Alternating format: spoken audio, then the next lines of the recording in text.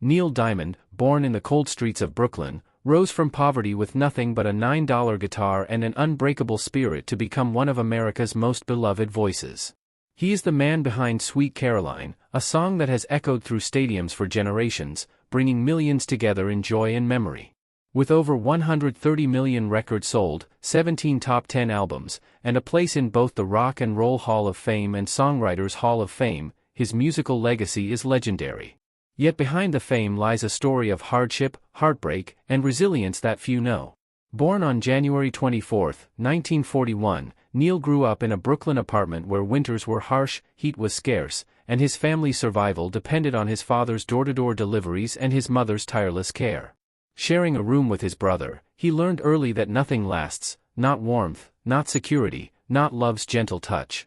When his father was drafted into World War II, Neil and his mother moved across the country to Wyoming, a journey that left him facing loneliness so profound he turned to the local cinema, where the singing cowboys of Gene Autry and Roy Rogers taught him that music could make isolation sound beautiful. Returning to Brooklyn after the war, Neil found solace in writing poetry and, at 15, a chipped $9 guitar from his parents became his salvation. Hours under a single lamp turned into bleeding fingers and calluses, and his first song, Hear Them Bells, revealed music's power to make him feel seen. From neglect and rejection, Neil forged resilience. In 1958, he enrolled at NYU on a fencing scholarship, studying pre-med, but his heart remained with music. He carried his guitar everywhere, sneaking away from lectures to Tin Pan Alley, knocking on doors of music publishers. Rejection was constant, doors slammed, songs dismissed as too personal or too strange. Yet Neil returned each day, building his path with sheer determination.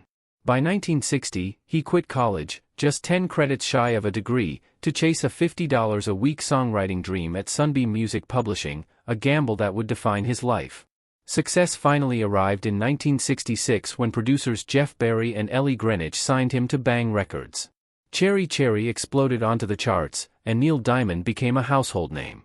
But fame came at a cost: 2 broken marriages, children he rarely saw, and a life dominated by touring and recording. By 1972, he was a global phenomenon, filling arenas while battling profound loneliness behind the scenes. Later years brought more challenges. His mother's death in 2008 devastated him, and in 2018, he was diagnosed with Parkinson's disease.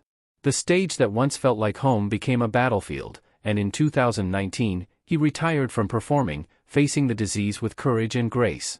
Today, at 84, Neil lives in Colorado with his wife, Katie, surrounded by family and music.